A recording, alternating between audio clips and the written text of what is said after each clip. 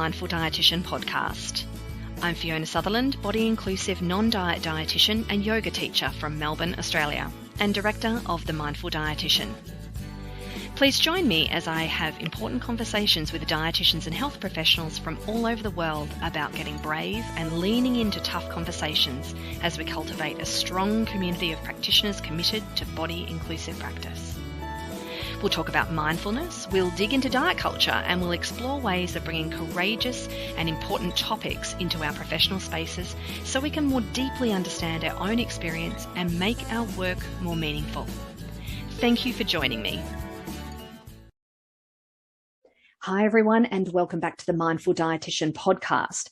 I had the most cracking conversation with Dr. Natasha Larmey, otherwise known as the Fat Doctor, recently. And in this conversation, we really stepped through a lot of the foundational concepts around weight stigma, the research, the practicalities, people's lived experiences. We talk about the difference between implicit and explicit biases and how they impact clients and patients in really significant ways. We talked about what's really happening when a doctor or a health professional prescribes quote unquote weight loss. We talk about the makings and the foundations of an amazing new group called Healthcare Professionals Against Weight Stigma. And importantly, we speak together about how we can all, in big ways and small, begin to contribute to the collective dismantling of weight stigma. So before we get into this conversation, I wanted to tell you a little bit about Natasha and using her words. So Natasha says, I'm a weight-inclusive GP with over 20 years medical experience who is campaigning against weight stigma in healthcare. I've been fat for most of my adult life, and I'm only now beginning to realise just how much of an impact anti-fat bias has had on my physical and mental health. In coming to this realisation and embarking on a lifelong learning journey, I began exploring the issues surrounding weight-based discrimination and how they impact the health of my patients. My mission is to educate the healthcare profession and empower the fat community to rid the world of weight stigma. So thank you to Dr. Natasha Larmey for this amazing conversation. If you haven't connected with Natasha, she is Fat Doctor UK on Instagram. And also that's the name of her website as well. So I really encourage you to connect with Natasha and listen to her lived experience, both as a doctor and as a fat human in this world. I really, really enjoyed this conversation, and it was an absolute pleasure to get to know Natasha a lot more. So if you're interested in more from the Mindful Dietitian, you can find out about upcoming courses and other learning opportunities and other podcast episodes at the website, which is www.themindfuldietitian.com.au. And in terms of socials, then I am most active over on Instagram, which is at The Mindful Dietitian. So thanks for being here, and I really hope that you enjoyed this episode with Dr. Natasha Larmey.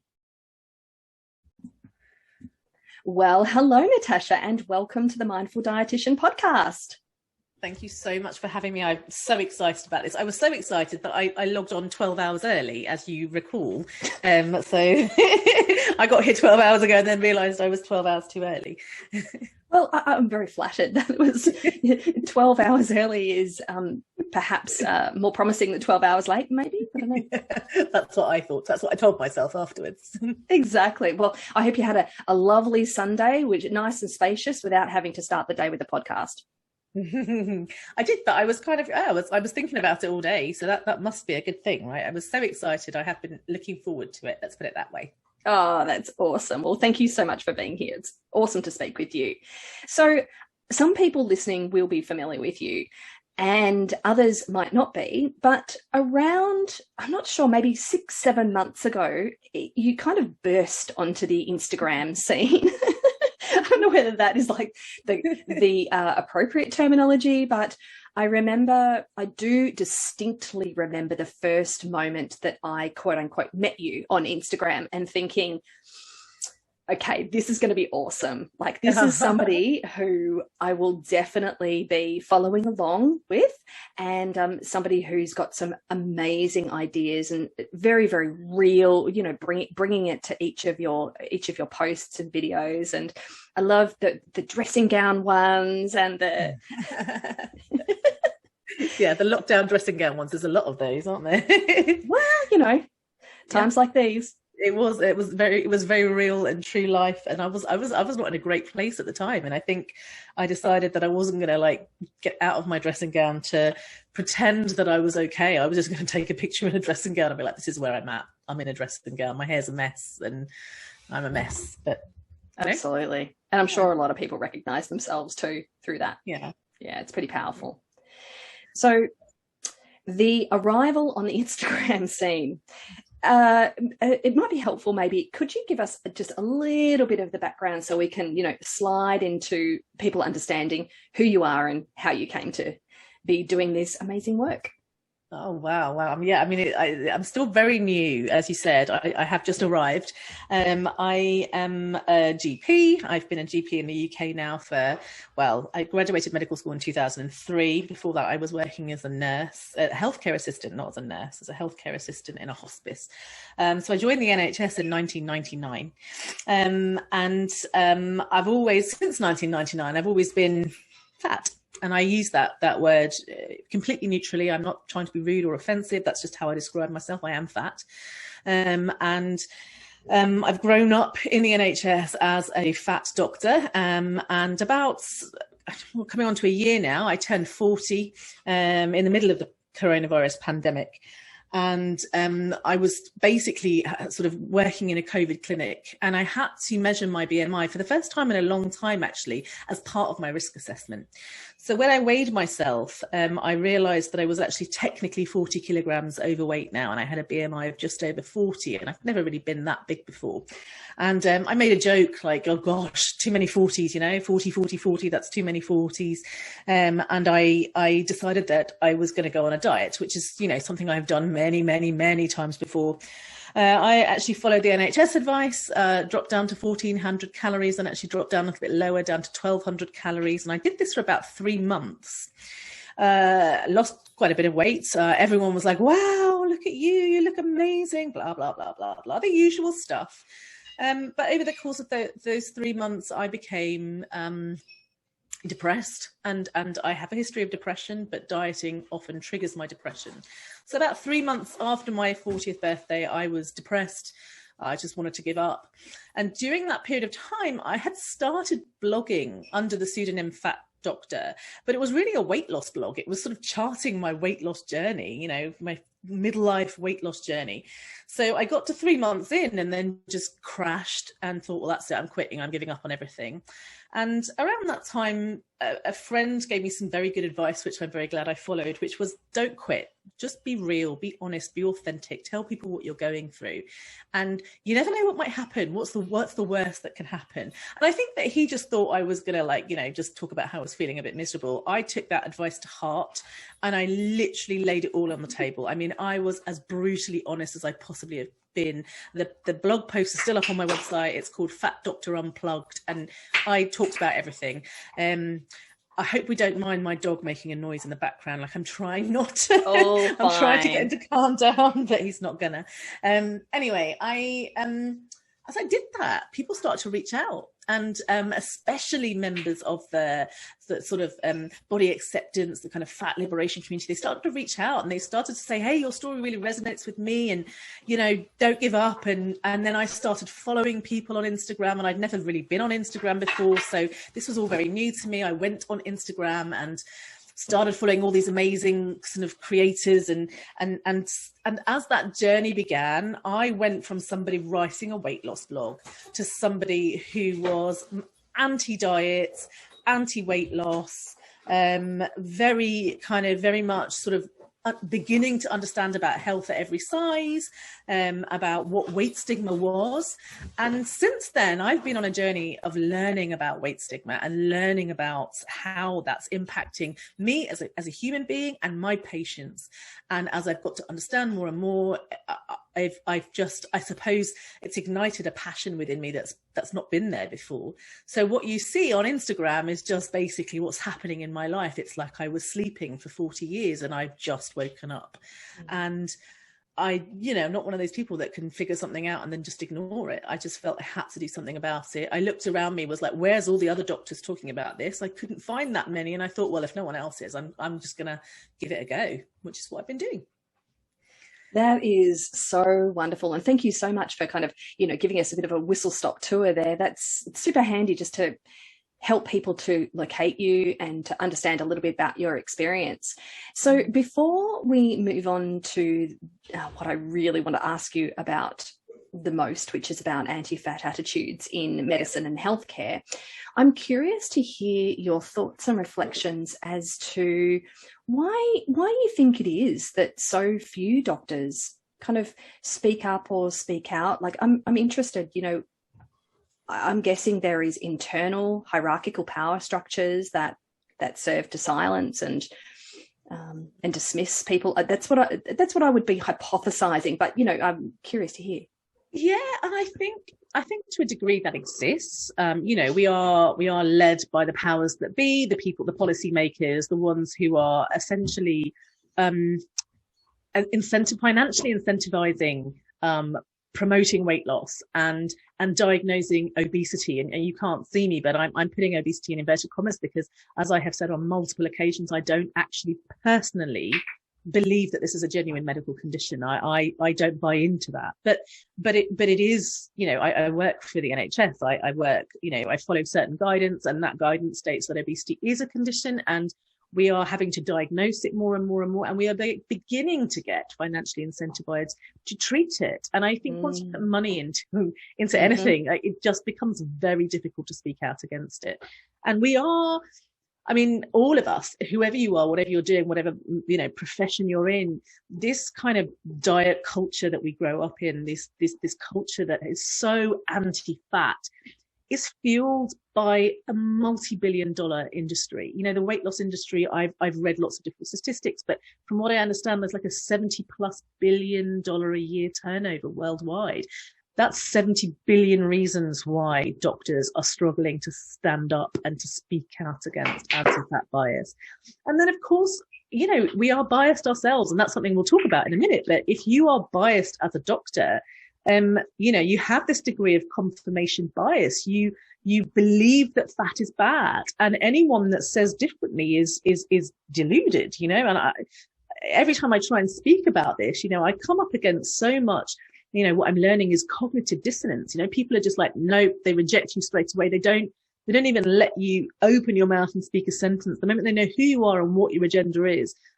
So it's very hard to convince other professionals, health professionals, that they, that you can be healthy and fat, that you can, that weight loss isn't the solution. It's not the answer. In fact, it's making things worse, and prescribing weight loss is probably what is kind of generating all of these poorer health outcomes that we're seeing more and more as time goes by. It's actually, we're the problem, not the solution, but it's very hard to convince my colleagues that is the case. So I'm trying, but it's hard to do. So when it comes to anti-fat attitudes in healthcare more broadly, or in medicine, which is, your own profession, it is one of the most common reasons that people report to feel shame, to feel dismissed, to feel like they're on the same old hamster wheel of, I go to the doctor with skin condition, throat infection for my routine, whatever, XYZ, check, and here it comes. Yeah. So I'm interested more in, your observations of that. You have mentioned that, it's kind of baked into the medical profession in so many ways that are uninterrogated and unquestioned. So, and yet people are speaking out quite a lot about that. This is the one area of life that is most difficult, is being able to get stigma free or as low bias as possible, just respectful healthcare. Yeah, you'd think that was just kind of a given, hey? please respect me. If you know, you might just it feels like a kind of very basic need, a basic, you know, I'm not even gonna say desire, a need, a health need that shouldn't ever be dismissed. But the thing that whenever I'm talking about this, I have to remind people, you know, we're just human beings. Yes. There's nothing special about us, and you've got to remember that. You know, this whole adage of trust me, I'm a doctor, it's nonsense. Why do I deserve your trust any more than anyone else? You know, trust should be earned. And you know, I've been looking at the studies, and I'm loving the research at the moment. And there is a study that, or a paper that I go to. It's become my new Bible. It's by Sean Phelan and the team at the Mayo Clinic, and it was written back in 2015, and I forget the title. It's a long title, but it's basically all about weight stigma. And what the team did was they wrote this kind of narrative review where they drew on all these different papers. There are 109 different papers taken from all sorts of different sort of areas, and, you know, not just medicine, but lots of representing lots of different fields. And they wrote this kind of narrative of weight stigma, specifically in healthcare. And it's brilliant, because you can just literally, there's 109 papers that you can then go and access. I'm slowly working my way through them. But, you know, one of the things that I learned from reading this amazing paper was that this anti-fat bias starts early. I mean, it starts when you're a kid, actually. Let's face it, it starts when you're a child. It's happening at home, it's happening at school, you know, all the way through adolescence, where it becomes really problematic. It's social media, it's, you know, it happens in the workplace, because, you know, anti-fat bias is rife in the workplace. It happens in the criminal justice system. It happens, you name it, it happens everywhere. So by the time you're a medical student, however old you are, let's say, you know, in the UK, you can actually be a medical student at 18. So you're quite young still. And you go to medical school and you are biased because you live in the world, you know, and you can't avoid living in the world. And there's a study that looked at like 4,700 and something medical students, and found that 75% of them roughly had implicit anti-fat bias, and 67, like 2/3, had explicit anti-fat bias. And explicit anti-fat bias is stuff like, you know, fat people are lazy. I dislike fat people, stuff like that, you know, actively explicit negative views, whether you're blaming fat people or you fear fat yourself, of course, you know, that's another thing. Or if it's implicit, it's something that you're not even aware of. So you think you're a really good person, but actually you are implicitly biased. I did an implicit association test for weight. I scored moderately anti-fat bias. You know, I am in the moderate anti-fat implicit bias, and I'm not surprised by that, because I've grown up hating my body and believing that fat is bad. So the fact that I'm afraid of fat and I have negative associations with fat does not surprise me at all. So these are the medical students. These are the future of medicine. 2/3 of them are explicitly anti-fat. So, you know, this isn't the point I'm trying to make. Is how do you, unless you're addressing it right at the very beginning, in the first year of medical school, hey guys, you guys are all massively biased. We've got to turn this around before you even start. Then what's happening is you're going through the ranks where actually weight bias is almost encouraged, because you're getting all these messages from medical school onwards that fat is bad, fat is bad. You know, every drug company wants you to believe fat is bad so that you can sell, you know, prescribe their drug, and every bariatric surgeon out there wants you to, you know, send patients their way. So you know, Weight Watchers and the NHS have a massive connection. You know, Weight Watchers works for the NHS and gets so much money from the NHS in the UK. Oh, I didn't know that. Right. Yeah, and in fact, very recently, just managed to win a contract for a large portion of the UK to do their diabetes care, their pre-diabetes care. So Weight Watchers is now in charge of pre-diabetes care in a large part of the UK. You know, that's it's worrying, hey? I mean, like, you know, you hear stuff like that and you're like, oh my gosh, is there any wonder that that's where we're at? How do you then address, you know, the fact that a doctor is so implicitly and explicitly biased? You know, that look that you get, that look that I get every time someone's looking at me, you know, I always think, oh, they're judging me. They think I'm lazy. They think I lack motivation. They think I don't listen. They think I'm not compliant, you know, which is not true. And in fact, I've spent 20 years of my life trying to disprove that. I'm exhausted from trying to be an overachiever, to try to prove, hey, actually, do you know what? Guess what? I am not lazy. I'm not incompetent. But still people look at me that way. And for a long time, I used to think, oh, I'm imagining it. And now I realize, no, the evidence makes it clear. They are looking at me like that. That look is a genuine look. So is it any wonder that I don't want to go and see my own GP? And I don't, by the way. I'm terrified of my GP. Nice guy, still won't go. So on that note, I really appreciate you delineating the difference between explicit bias and implicit bias. And I'm so curious about how folks with high levels of implicit bias can almost shield themselves through their niceness, through their caring natures, and how that really stops us, and I mean us as in the collective, me included in that. I'm not, let's be all real about this. But I wonder how the uninterrogated and the unseen somehow makes things more difficult, because it's like being nice and caring is almost enough, so I'm curious to hear about that. Yeah, and that's so true. That's such an important point to raise, that there are some people out there that have very negative associations about fat people. There are actually out there people like myself, and I put myself in this camp, who have a lot of implicit bias, but actually very caring. But that implicit bias is still going to cloud your treatment decisions and your diagnostic decisions. If you have implicit bias, you're probably going to spend less time discussing lifestyle interventions. And by lifestyle interventions, I don't mean weight loss, because I don't believe you should spend any time discussing that.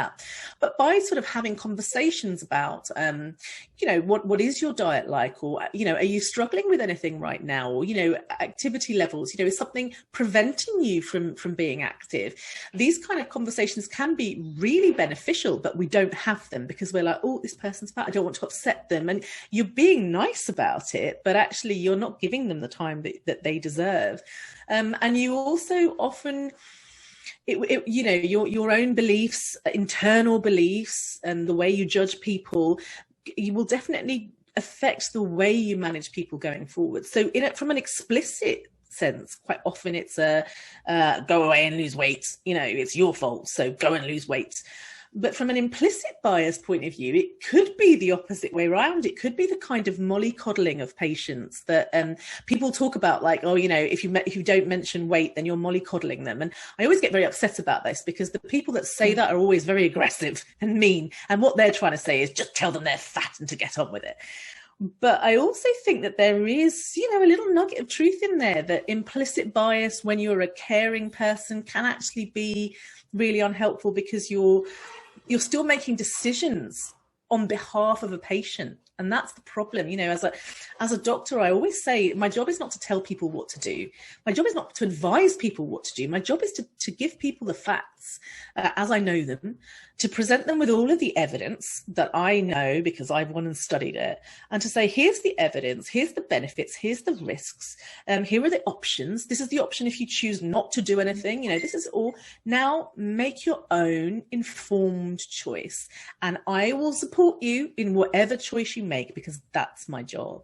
And I suppose that if you have implicit bias, you could, in perhaps the most sort of kind and considerate and helpful way, still avoid doing that, still avoid giving the facts, because you don't want to hurt people. And that's just as bad. You can present facts in a kind and comparing and compassionate and non-judgmental way, which can massively empower people to make choices about their health. And as a fat person, I don't have a problem with people talking to me about my body.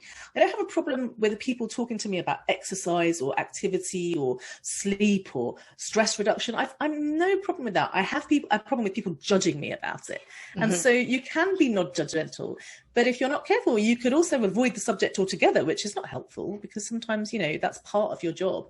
I don't know if that makes sense, actually. I'm sorry, I rambled a little bit there. No, that makes complete sense. And it reminds me of a post I saw in a closed Facebook group of mixed health professionals a little while ago, where one of the person posting was a doctor themselves, and said they had gone to get some specialist care, And they were posting in the Facebook group asking about this speciality, asking about the advice given, and kind of like, just checking in. There was something that didn't seem quite right, and they definitely first up said, gave the direct advice of weight loss. They didn't say like how, as if, that's obvious, but they first up, and then they said, I found this so interesting. They said, but they were so lovely. This specialist was so lovely, but there was something about it that didn't feel right. And I think, and so the person posting was a doctor themselves, no idea what kind of area they worked in, but they went to see a specialist in an area that they weren't as familiar with, and then had this kind of gaslit feeling. And so it was heartening to see other colleagues jump in and say, actually, there is no evidence for weight loss. Here is what we already know. What we know is fairly limited, but this is what we know. And that feeling that you have is spot on. And I think it's just so affirming for people when, the quote unquote, that feeling turns out to be self-trust. That I can listen to myself, Yes.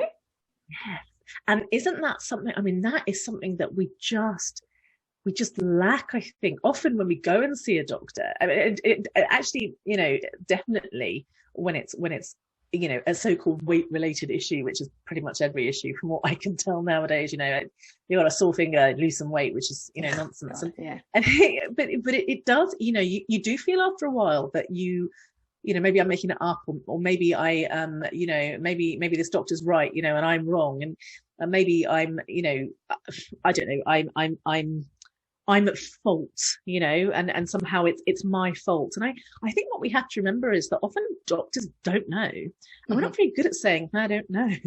And so actually, go and lose some weight seems to become the sort of the answer for everything, when the answer is really, I don't know. When people come and see me and they say, I've got knee pain, and I do an x-ray and I look at the x-ray and I go, there's nothing wrong with your knee. And I examine it and I'm like, there's nothing wrong with your knee.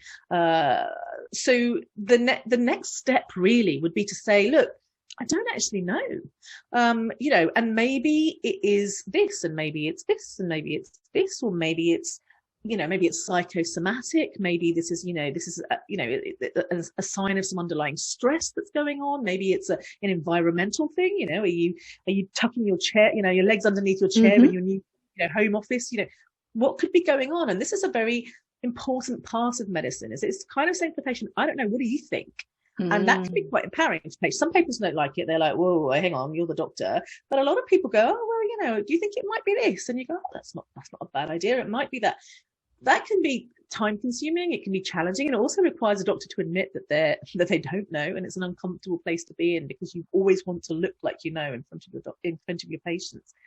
So I just think it's easier at that point in time to say, hey, lose some weight and it will fix your knee pain, which, actually that there's not that much evidence for that. And it's interesting really, because knee pain is one of those classic, too much weight impacts the joints, puts pressure on them, yada, yada, yada.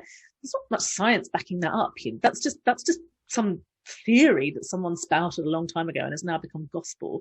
But it's just easier to dismiss people than to say, let's actually explore all of these issues. And then also let's accept maybe that we don't know, and worse still, that we can't fix it, which is a really hard thing for a doctor to admit.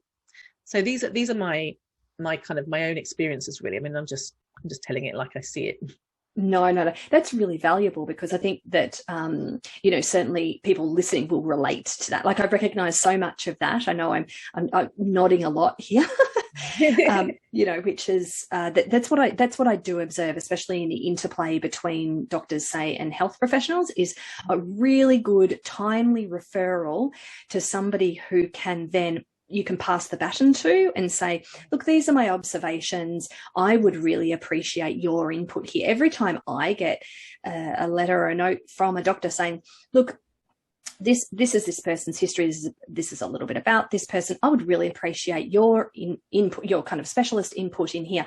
I feel really affirmed, which for a dietitian, you may or may not be aware of this, but on the health professional hierarchy, dietitians do not necessarily enjoy a high rung. We kind of are situated much on the lower rungs. And so any time that that somebody says, oh, you've got a 5-year degree. You might know some stuff here about dietary quality, or about bowel health, or about, I don't know, bone health, or whatever, whatever it is that somebody wants to say, or disordered eating, or body image, or, all those stuff that, hello, most people have got some idea about how to do a really good clinical assessment and then make a pathway forward from there, kind of understand how to proceed. So I don't know how I got onto that. I think these little opportunities I get on my soapbox, Natasha. But you're so right. And actually, when somebody comes in with knee pain, I don't need to send them to an orthopedic surgeon. 9 times out of 10, I need to send them to a physiotherapist. And if somebody comes in with some gut health problem, or, or an issue that is weight related, or in fact, many, many conditions, I can list off 20 really easily, where I think actually a dietitian's input here would be massively valuable. And as you say, you have as much, you've studied as long as I have, like the 5 years, that's how long I studied for. So I'm well aware of that. One of the biggest problems we face in the UK is I cannot refer a patient to a dietitian for love nor money, only a private one. The only time I can refer a patient to a dietitian is if they have a BMI under 17.5, or if they have a BMI over 40. What? Or if they're, yeah, right. So, I mean, that's the majority of the population excluded. And even if I want to refer to a dietitian, get this, I have to send the patient to what we call tier 1 services. Right. And tier 1 services at the moment, it's either Weight Watchers or Slimming World for 12 weeks. Oh my God. I can access a dietitian unless you meet certain really strict criteria, especially if it's, to do with weight related issues. You've got to go to Weight Watchers or Slimming World first. That's the NHS that I work in. Yeah, I see your face. Unfortunately, that gets lost in translation on podcasts, but that's where I'm at. I would kill for access to a dietitian. And in fact, you know what? Even if it was just a telehealth type of almost like a ward round where I could sit with a dietitian once a week and just be like, look, here's a list of like 6 patients. I just need to just let me throw some things at you and you just throw some things back. That would be massively helpful. One of the beauties of the only good things that came out of the COVID pandemic from a general practice point of view is that GPs now have access to consultants for advice and guidance. We've never been able to do that before. So I can now write to any consultant and just go, what do you think I should do about this patient? And I just write like a brief history and they come back to me and go, this, boom. And it has been marvelous because we have avoided a lot of unnecessary referrals or, wasting time for the patient, wasting time for the NHS.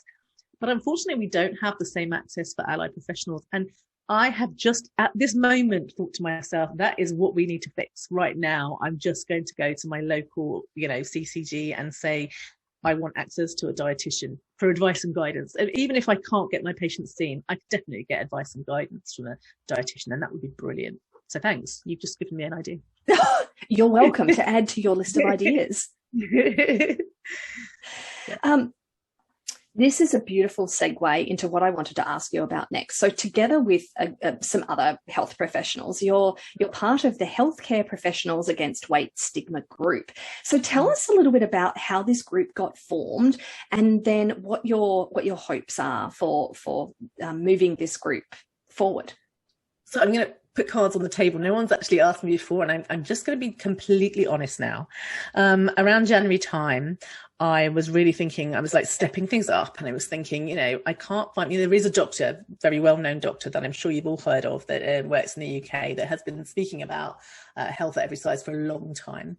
And you all know who he is, so I'm not even going to mention his name. I'm not going to give him time on this platform, but no, Josh is great. And he's been doing this for a really long time, but he is one man who's very busy. And I just thought, well, there's no group of doctors. In fact, I can't find a group of health professionals at all. And then I looked around, and there is a directory for Hayes professionals in the UK. It's not particularly well populated.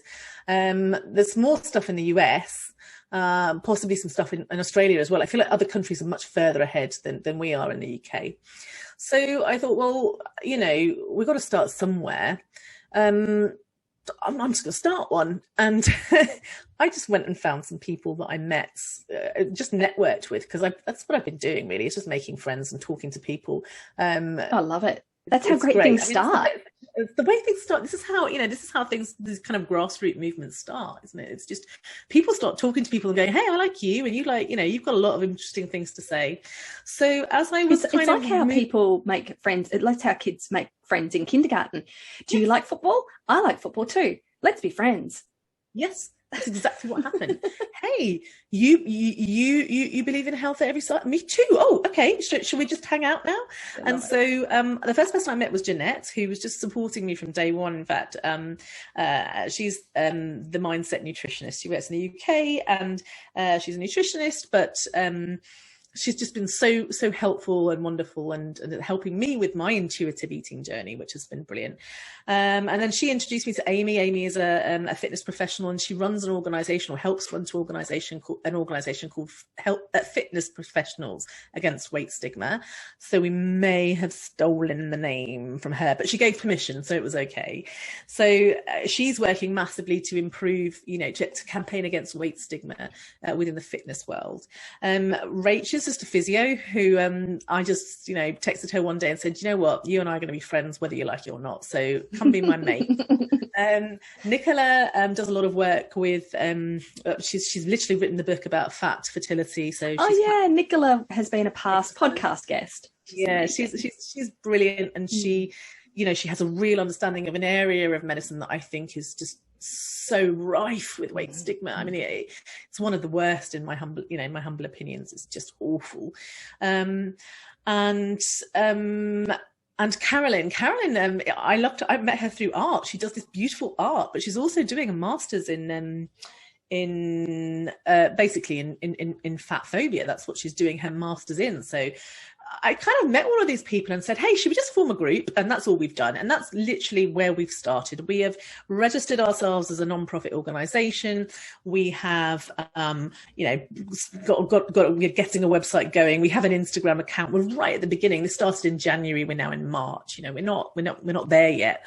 But we have 3 goals in mind. The first is to network and to provide a space for other health professionals to network. So anybody from any profession who, any healthcare profession that is interested in finding out about health of every size, we want to have separate groups. So one for midwives, one for nurses, one for dietitians. Obviously the dietitian one's going to be massive, but we're then hoping to provide specific training for those groups, and provide resources, but also just to give people a chance to talk to each other.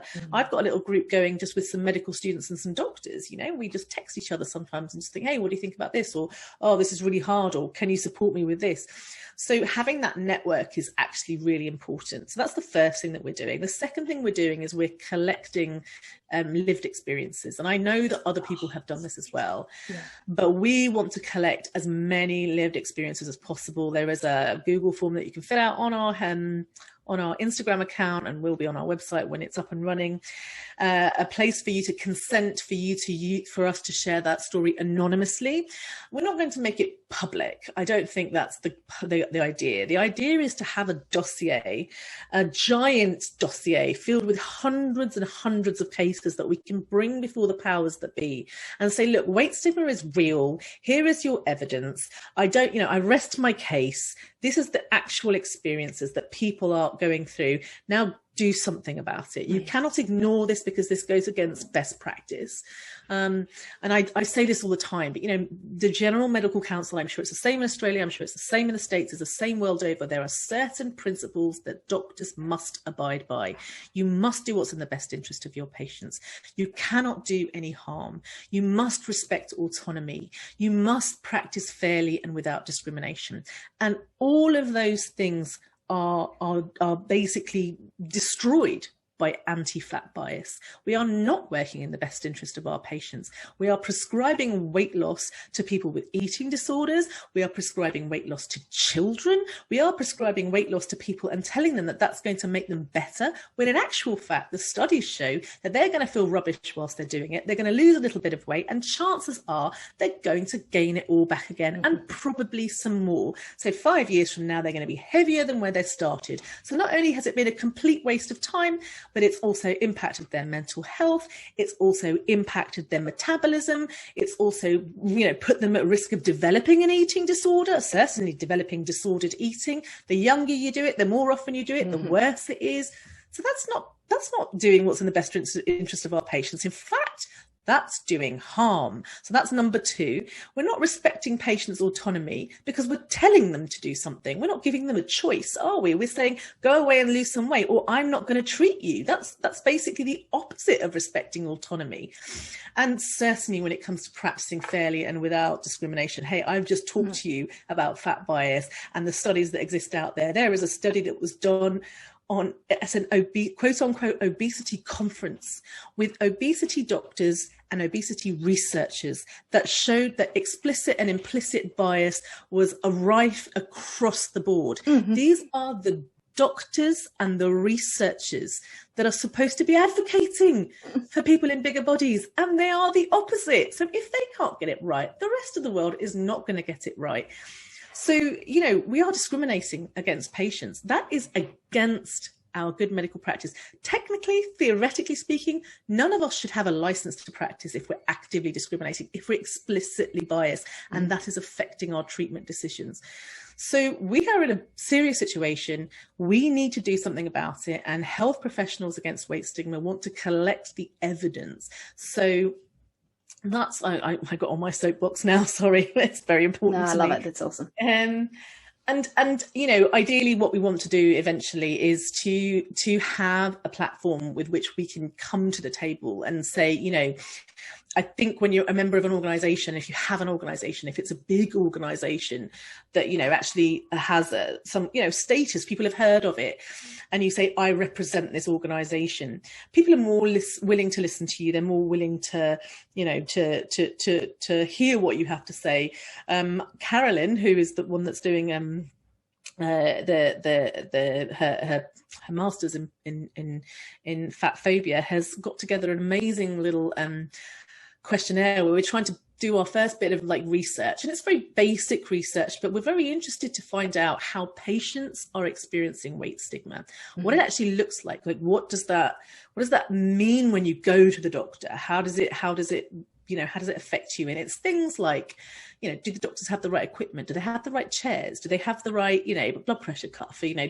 What do they say to you? How do they make you feel? What is it that makes you uncomfortable? Stuff like that. So that questionnaire, we're hoping, will provide us with some data to be able to say, look, this is the problem, and here are some suggestions to fix things. Because I think that's it. When we go before the powers that be, we can't just go, it's rubbish. We have to say, it's rubbish, but here's how we fix it. Yes. So that's where we're sort of trying to do it. We're trying to get to. And of course, there is a lot of research out there already. And I'm in touch with some of those amazing researchers. I've actually just emailed a lot of them and just gone, hey, love your work. Can we have a chat? Because they know what to do. I'm like, what's the point of me trying to reinvent the wheel? They've already invented it. So I really just want to just figure out from as many people as possible. It's not an autocracy, it's we're all in it together. Yeah.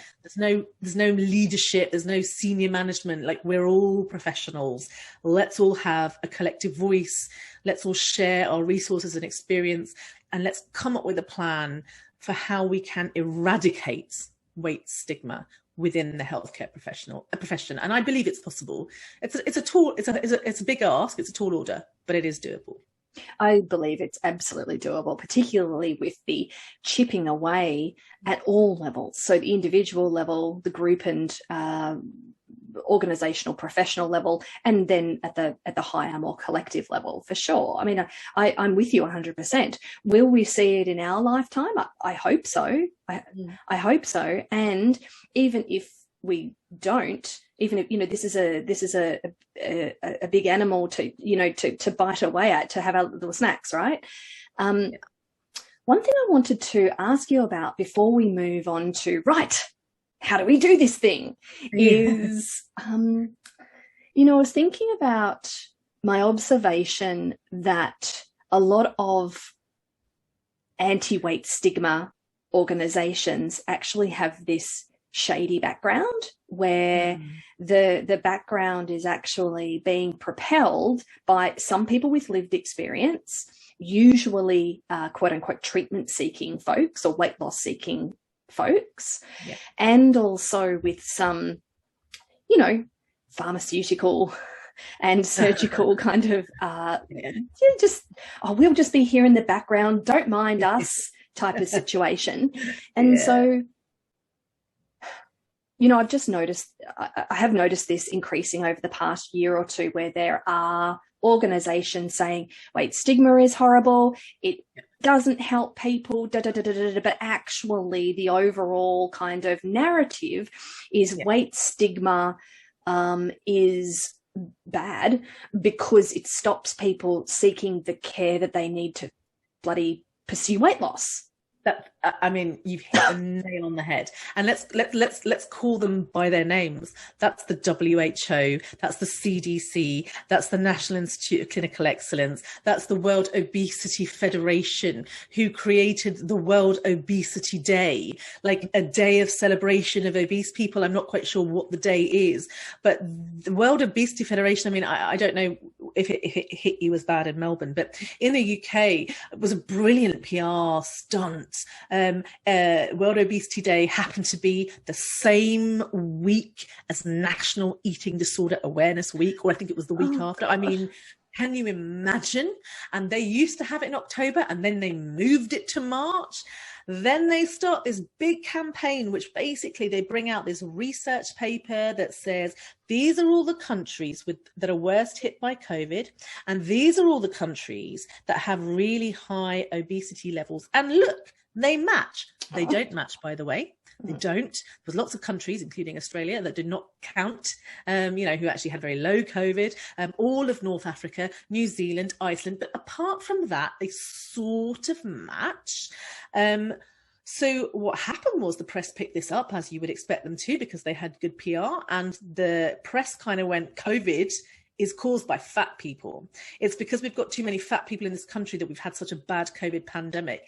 And at this point in time, we've been locked down for almost a year on and off. People want to blame someone, and blaming fat people works out for everyone. It means we're not going to be looking too closely at the government. It means we're not going to be looking too closely at all of these other, real kind of issues, like with housing and overcrowding and poverty and poor access to healthcare and blah, blah, blah, blah, blah. We're not going to look at all of those things because we're just going to blame it on fat people.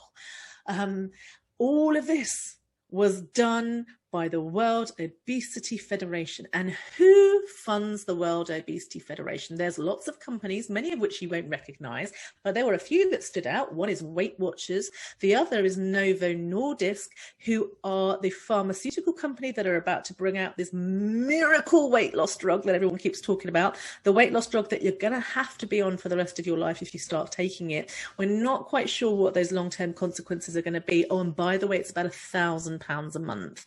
That weight loss drug, that company is funding the World Obesity Federation. So you were very nice about it. I'm burning all my bridges here and saying that everybody is in it. It is financially driven.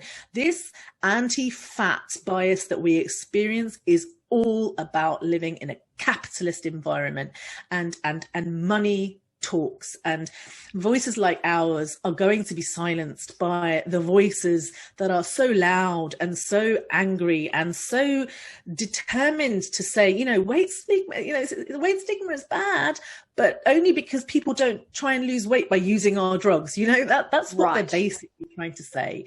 One thing I will never do, I will never compromise that way. And of course I won't, because I've made it very clear that I hate all these people and I'm so outspoken about them that they're never going to come to me and try to, do a deal. It's just, that deal is off the table. But, organization like Health Professionals Against Weight Stigma, it's never going to be a multi-million-dollar corporation. It's not going to be anyway, because it's a non-profit organization. But we know our voice is going to be small. We know that we don't have the resources. That's how people oppress us. We didn't have a chance to talk about BMI. I could talk about BMI for about a day. And BMI exists purely to oppress people. Even the foundations of BMI, even if you look at the history of BMI, it started off as a way to oppress people. It continues to be a way to oppress people. It is a way of denying people resources, denying them access to operations, fertility treatment. And it is a reason why people get, earn lower wages and get less promotions, are more more likely to live in poverty. It's oppression, pure and simple. It's a marginalized group of people, but it's a big group of people. It's a large group of people, and that's what people have to realize. And I guess that's probably how we're going to end today, actually, is talking about what we can do in the future. The first thing we have to recognize is that we're a big group of people. Our collective voice will matter if we all stand up together and say, this isn't good enough. You know, there is enough of us to say, this is wrong. You've got to stop, oppressing me because of my body. And it's not just fat people. It's also people whose faces are different. It's people who are disabled. It's people whose skin color isn't the right skin color. It's people who wear hijab and cover their hair. It's anybody who's being judged because of their appearance.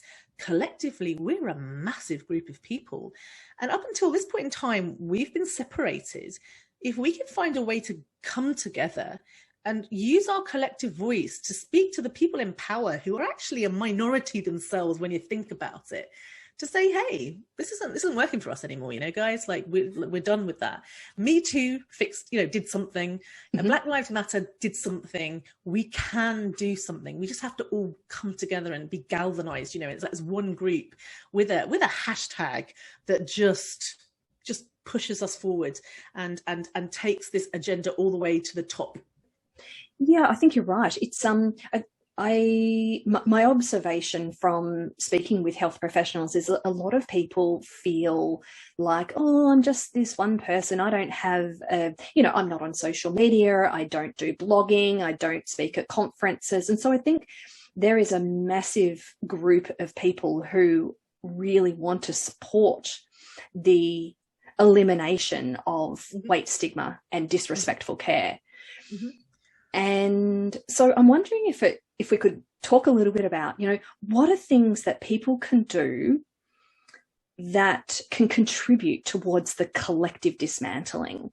Because what, you and I were talking off mic before we even started and saying how important it is that everybody feels like they can make a contribution, that you don't have to have a big platform or a podcast or a blogging or whatever.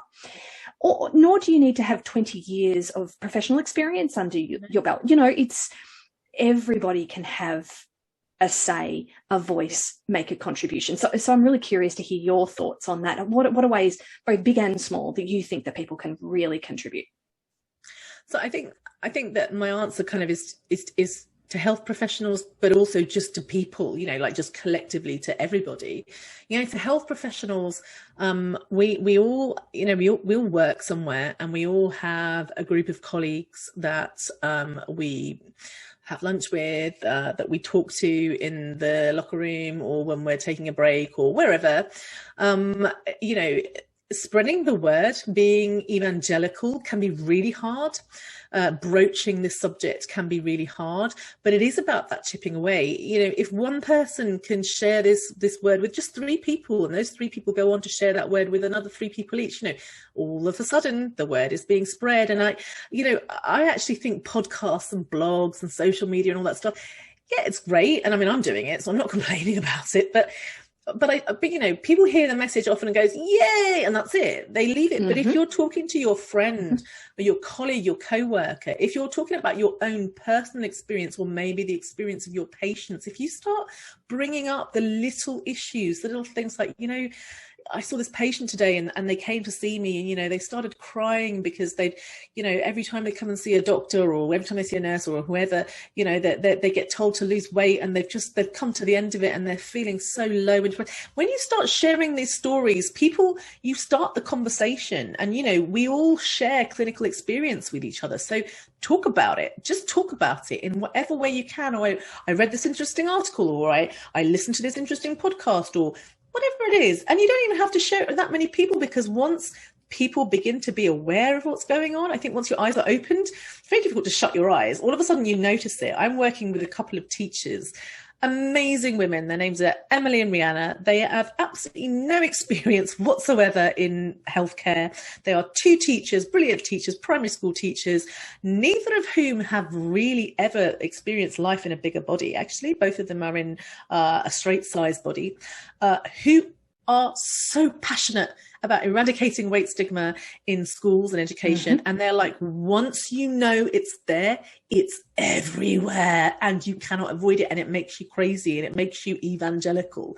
And so they're just doing it in their own schools. But once you start in one school and then another teacher finds out about it and then another teacher, that's how the word spreads. So I would encourage people to just talk about it in their small groups, in their little circles. And that, I think, is enough to start with. In fact, I think it's going to make the biggest difference. Other things you can do is you can write to your local, member of parliament, politician. You can, sign petitions. You can get involved in the activism. You don't have to be on social media to get involved in activism. You can organize a protest. You can do whatever you want. There are so many things that we can do. And, you might find causes in your local area. I've just latched on to something that happened. It was a newspaper article about 2 children that were taken away from their loving home by social services just because of their weight. I read the court transcript. I went, nope. I'm not having this. That is unacceptable. I am angry and I will not let it go. I started a petition and I won't stop going on about it now.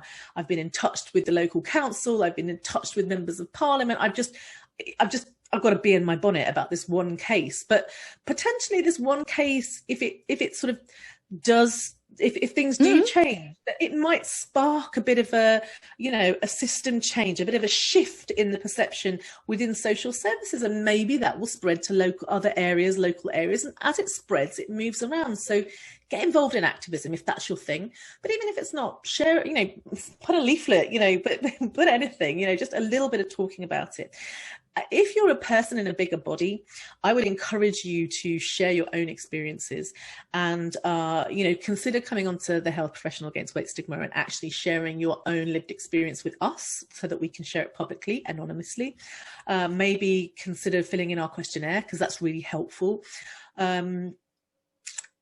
Sharing your own experience, I think, is actually massively powerful. I found it hugely cathartic. I loved it. I love being as open and honest with people as possible.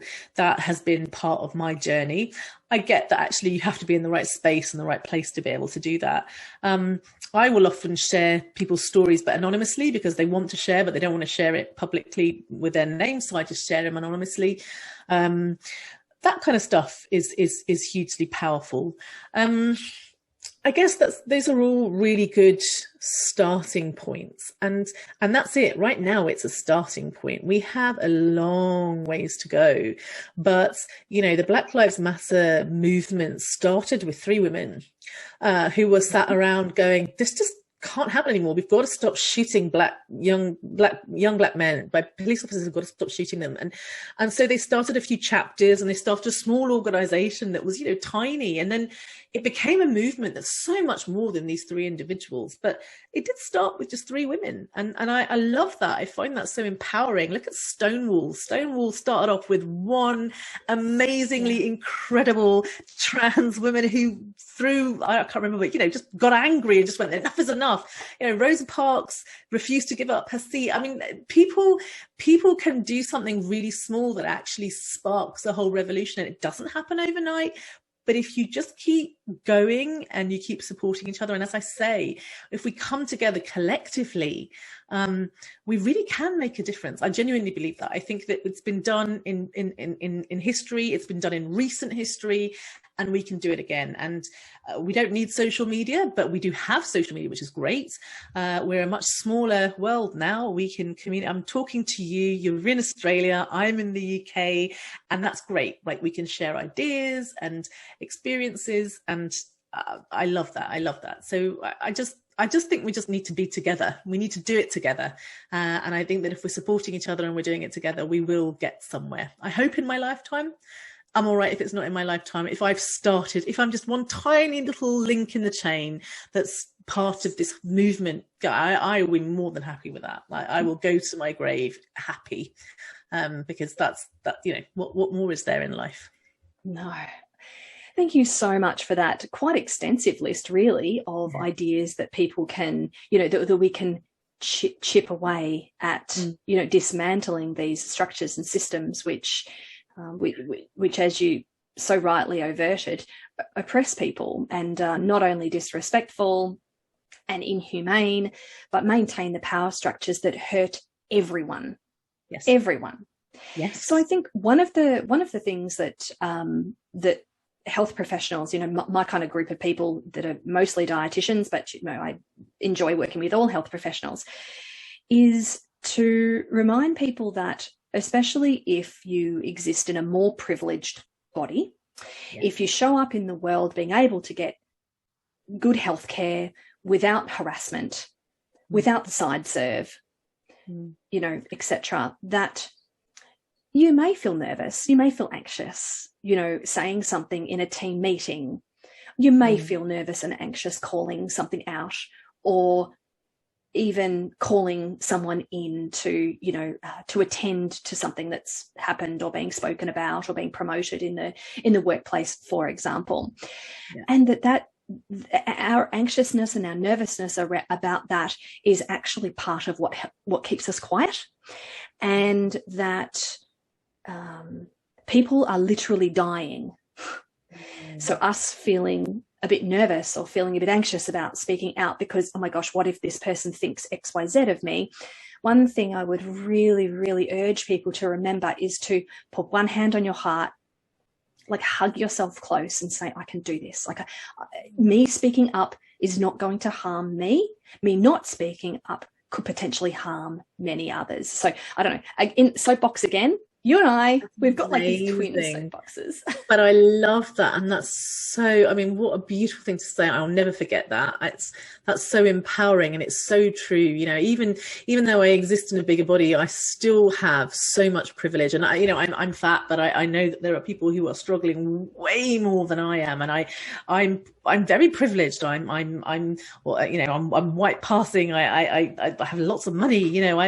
I don't have an issue with access to healthcare. I don't know. I mean, I don't know if you know that there's a story of a young woman in the States who was who presented to her doctor with weight loss and abdominal pain, and was basically laughed out of the clinic and basically told, well, weight loss is a good thing, isn't it, for you? I mean, you could do with losing a few pounds. You could stand to lose a few pounds, basically.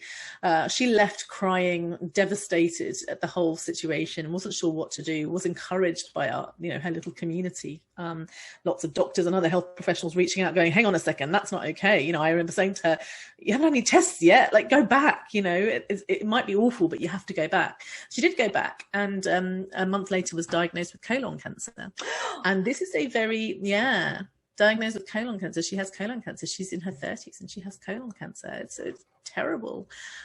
And it's an extreme example of how people are literally dying. They are being misdiagnosed. Cancer is like the most scary thing to miss as a diagnosis as a doctor. Like missing cancer is the thing that keeps us up at night.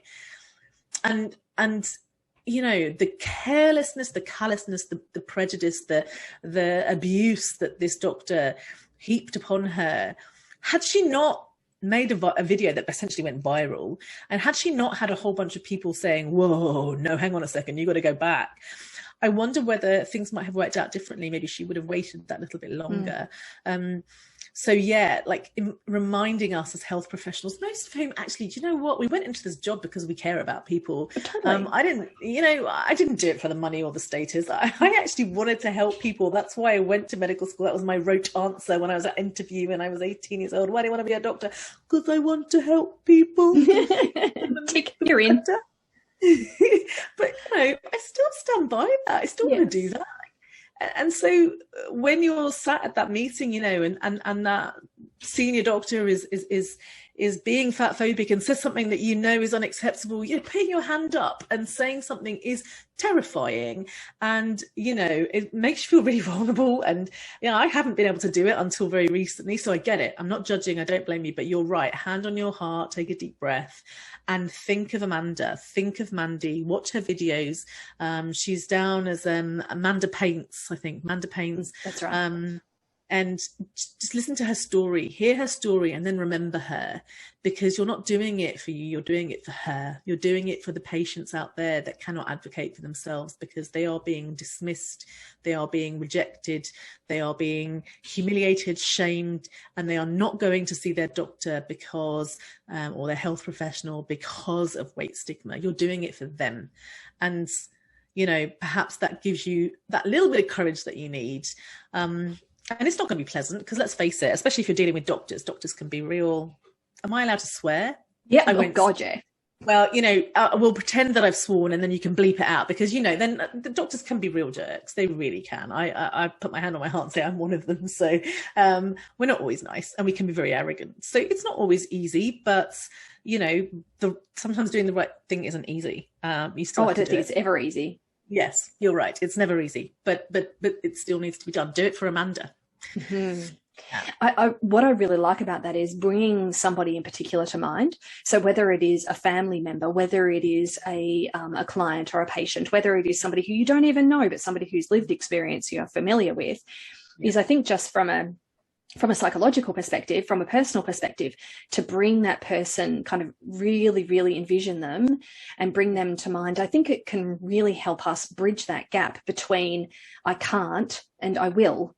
Finding our voice is not easy, and especially if we're newer maybe to the profession, or newer to a workplace, or so forth. And it's also okay in that moment if you don't say something, because you have a very normal freeze response, like that nervous system freeze response, believe me, is very normal when we feel overwhelmed and flooded by a particular collection of sensations, and we just so badly want to pop our hand up. We so badly want to say something, and just know that it's okay just to collect yourself, go back to your department, call someone, or make a time with your manager, with a colleague, and can we go have a cup of tea? I really need to debrief about this. And then the important thing is practice what you're going to say, because will it happen again? Yes, it will happen again.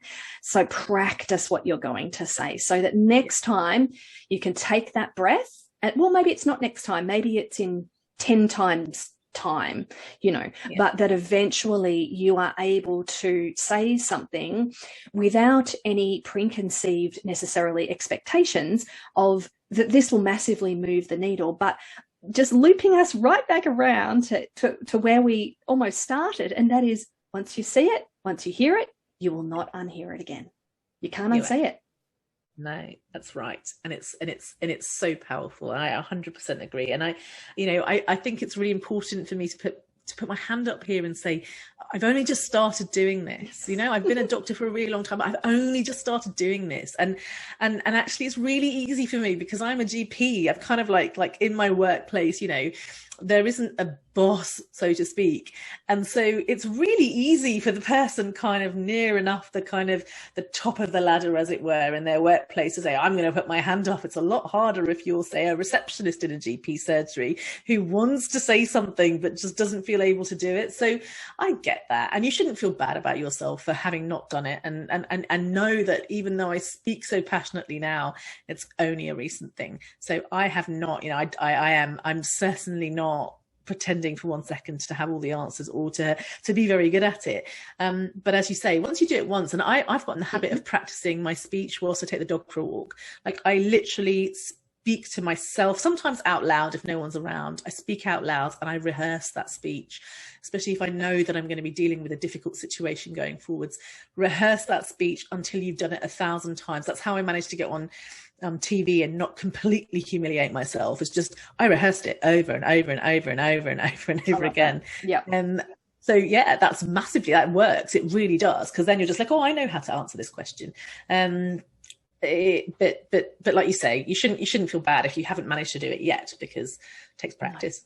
Yeah, absolutely. I love the rehearsing thing, even out loud with a colleague, with a friend, walking the dog, however you do it. Because actually hearing yourself say the words, it does something, especially neurologically, to our, our neural pathways, is it allows it just to become a little bit more familiar. And when I'm doing, say, talks at schools about body image with parents, because that's the audience that I most like to speak to about body image, as opposed to the young people themselves.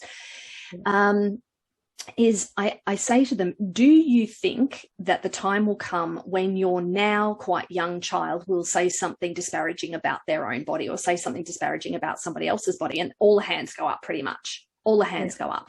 And I say, this is why it's really important that you have something in your back pocket to say, because it's one of parents' greatest fears is that their child will come home and say something like, such and such said I was fat, or for some parents, the worst case scenario would be for their own child to say, oh, little Johnny, he's so fat, and what have I raised here, and yes, we're all human. And, our children also live in the world. Surprise, surprise. They don't just live with us 24/7, thank goodness. Let that just slip out. Just right. That's right. We just didn't have to say anything, did we? We all went, yeah. Thank goodness. That's right. Natasha, I cannot express my gratitude enough. This has been a conversation that has left my heart just feeling so warm. I'm so thrilled for you and for our community. I'm so thankful that we are in the world together. I am just so thankful that we've got to meet in this way, and that collectively, hopefully, this and that the thousands of other conversations can help people to feel a little bit more bolstered, in just those little moments that can make a difference. And you have shared so much about your own experience and so much about your observations, which are incredibly meaningful and rich. So I just wanted to say a massive, massive thank you. Thank you. Thank you so much for having me. And, I'm taking away so much from this conversation as well. You've given me so many ideas. I wish I'd had a pen handy. So halfway through thought, I need to write that down. So I'm going to have to listen to the podcast a few times, I think, to go, oh yeah, that's what we were going to do. Oh yeah, that's good. And you've shared a lot of wisdom with me. So I'm super grateful. And I'm so grateful for the support you've given me right from the beginning. It has meant a lot to me. Just everything. And I'm so grateful to know you, and the start of a hopefully lifelong friendship and working relationship as well. So thank you for having me, and I'll come back anytime. Yeah, we'll see each other in Melbourne, hopefully. That would be great. Yes, definitely. Go away, COVID. Go away. Yeah, go away, COVID. You've heard it here, folks. I am coming to Melbourne. That's the end of it. I've decided. Excellent. Now, just to finish us off, where can people find you, please? Yes, so I have a website. It's www.fatdoctor.co.uk. I'm also Fat Doctor UK on Instagram and Facebook. I'm the Fat Doctor UK on Twitter. I just felt like I needed a title, The Fat Doctor, like the Beatles. What else? I'm on YouTube. I'm not that active on YouTube at the moment, but I hopefully will be more soon. I do a blog post a week usually. I try to. Once you get to my website, that redirects you everywhere. So www.fatdoctor.co.uk is my website, and that is perfect. And the Healthcare Professionals Against Weight Stigma. What's that Instagram handle? The Instagram handle is very confusing. It's at HPC Against Weight Stigma, and I don't know what the HPC stands for. And I have asked Jeanette, who started it, and she gave me an explanation, to which I just thought, that doesn't make sense, Jeanette. But you know what? It's out there. So it's at HPC Against Weight Stigma. But if you go to Fat Doctor UK, I link you to it as well. So that's another way to get there. That is perfect. Natasha, have a wonderful rest of your day. Thank you again so much. And I really look forward to staying in touch. Yes, me too. Thanks so much. Well, that's our episode of the Mindful Dietitian interview series for today. Thank you so much to our wonderful guest and to you for listening. I really hope you enjoyed it. Just a reminder that you can find me over on the website www.themindfuldietitian.com.au, and please join actually quite a large group of wonderful and enthusiastic dietitians on the closed Facebook group, The Mindful Dietitian. The music you hear is called Happiness from Ben Sound, used under the Creative Commons license. Have a great day, everyone.